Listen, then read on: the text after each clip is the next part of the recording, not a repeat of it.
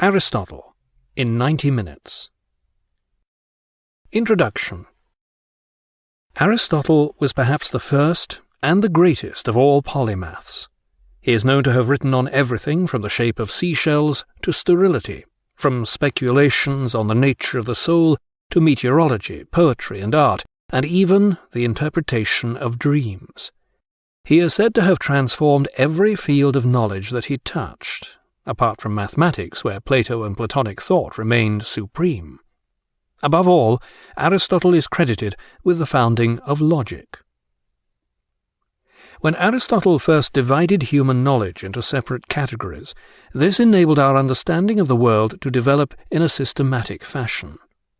But in recent centuries, our knowledge expanded to the point where it was being seriously hindered by this categorization. Such systems of thought allowed knowledge to develop only along certain predetermined paths, many of which were in danger of petering out. A radically different approach was needed. The result is the modern world of science. The fact that it took us over 20 centuries to discover these limitations in Aristotle's thought only demonstrates his unparalleled originality. Yet even the demise of Aristotelian thought has given rise to many fascinating philosophical questions. How many more of these limitations have we yet to discover? How dangerous are these flaws in our way of thinking? And exactly what are they preventing us from learning? Aristotle's life and works. On a promontory above the village of Stagira in northern Greece stands a rather uninspired modern statue of Aristotle. Its expressionless face gazes out over the lumpy, wooded hills toward the distant blue Aegean. Aristotle's pristine white marble form, almost luminescent in the brilliant sunlight, wears a décolleté toga and sandals, bearing a slightly chipped scroll in its left hand. This damage is said to be the work of a souvenir-hunting Argentinian philosophy professor. Carved into the plinth in Greek are the words, Aristotle the Stagirite. Aristotle was born in Stagira, but despite the statue, he wasn't born in the modern village of Stagira. According to the guidebook, he was born in nearby ancient Stagira, whose ruins are still visible. After my disappointing encounter with the statue, I set off to find the ruins. These were somewhere just down the road, I was told, by a young batman returning home from school. With a flourish of his black plastic cloak, he indicated the road to the coast. After an hour's sweltering walk down the long, winding road, with the thunder rumbling ominously around the rocky hills above me, I was eventually given a lift to Stratoni, an eerie combination of deserted seaside resort and mining village. Ancient Stagira lay somewhere off the old road a bit farther to the north, I was told, by a carpenter who was repairing the closed cafe on the empty waterfront. Few cars travel on this road in October, as I was soon to discover, and the autumn storms in this region, when they eventually break, can be severe.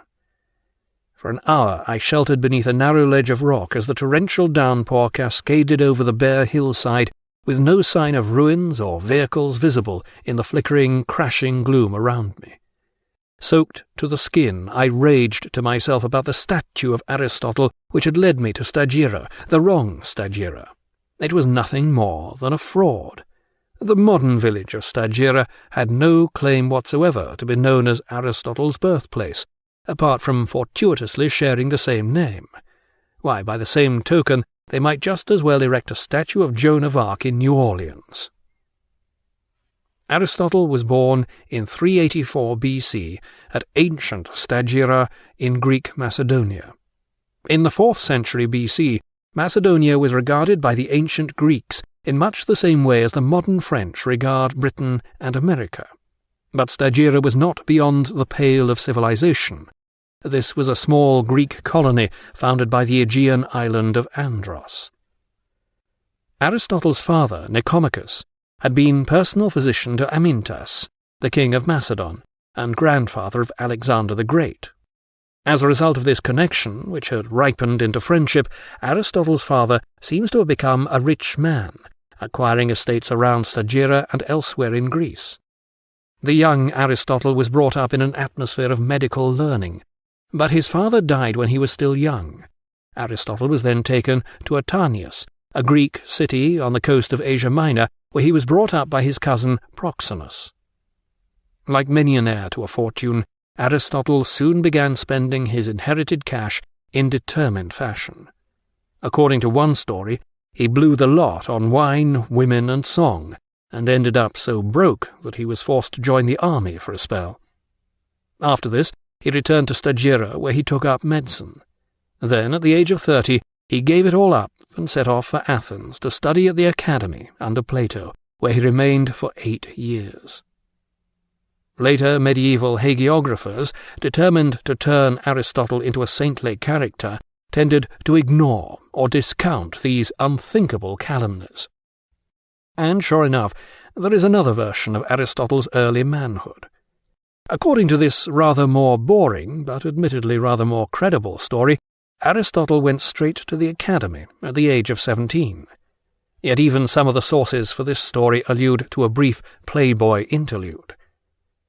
Either way, Aristotle soon settled down to a period of intense study at the Academy, quickly establishing himself as the finest mind of his generation.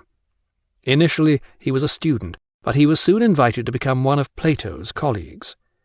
It seems that, to begin with, Aristotle worshipped Plato. He certainly absorbed all the Platonic doctrine that was taught at the Academy, and his own philosophy was to be firmly grounded in its principles. But Aristotle was far too bright to be a mere follower of anyone, even Plato. When Aristotle discerned what appeared to be a contradiction, or, heaven forbid, a flaw in the works of his master, he felt it his intellectual duty to point this out. This habit soon began to irritate Plato, and though they appear not to have quarrelled, the evidence suggests that the two greatest minds of their age soon found it politic to maintain a certain distance. Plato is known to have referred to Aristotle as the mind on legs, and to have called his house the reading shop. This latter remark referred to Aristotle's famous collection of ancient scrolls. Aristotle was in the habit of buying up as many rare scrolls of ancient works as he could lay his hands on, and was one of the first private citizens to own a library. The young academic evidently received a considerable income from his inherited estates, and soon became known in Athens for his cultured manners and gracious, if rather scholarly, lifestyle. Tradition has it that he was a weedy fellow, with spindly legs, who spoke with a lisp.